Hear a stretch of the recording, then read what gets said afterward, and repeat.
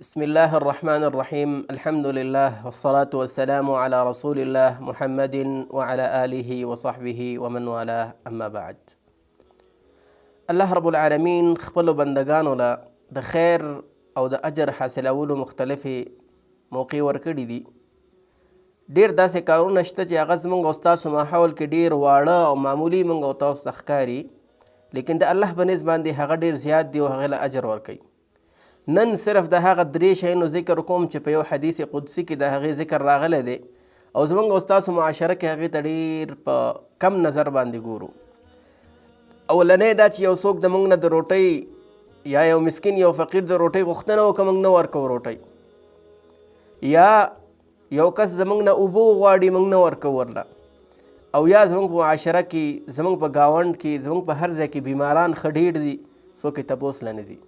نو راځئ چې د دې اجر وګورو او الله رب العالمین د دې دپاره څومره یو مقام او منزلت ښودلی دی د هغې ذکر وکړو.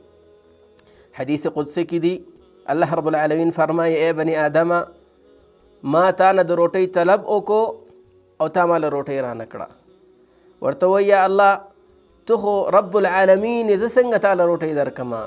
ورته وایي آیا ته په دې نه خبر چې فلانی بنده د تا نه د روټۍ غوښتنه وکړه او تا ورنه کړه؟ که چېرته دا روټۍ تا ورکړی وی، خوراک دې ورکړی وی، نو دغه به دې زما سره دلته پیدا کړی وی، یعنې ستا دپاره په اجر کې دا حساب شوی وی او اجر حساب و کتاب به هلته و. همدغه رنګه د څښاک خبره کوي بیا چې اوبه دې رانه کړي، ورته وایي چې یا الله ته خو رب العالمین یې، څنګه تا له اوبه درکم؟ ورته وایي چې فلاني بنده داسې اوبه غوښتې وي او تا له ورنه کړي، که چېرته دې ورکړی وی نو دغه صدقه او دغه کار به ستا د ما سره پیدا کړی وی. همدغه رنګه دریم هغه دا دی، ورته وایي چې زه بیمار وم او زما تپوس دې ونه که، وایي کیف اعودک وانت رب العالمین، ستا بیمار پرسي څنګه وکم حال دا چې ته رب العالمین ذات یې؟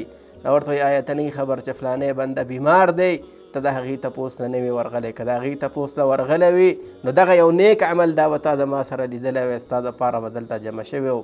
نو زما ورونو د دې مطلب دغه دی چې مجبور انسان دا منکسر دی، دا په سخت حالت کې دی.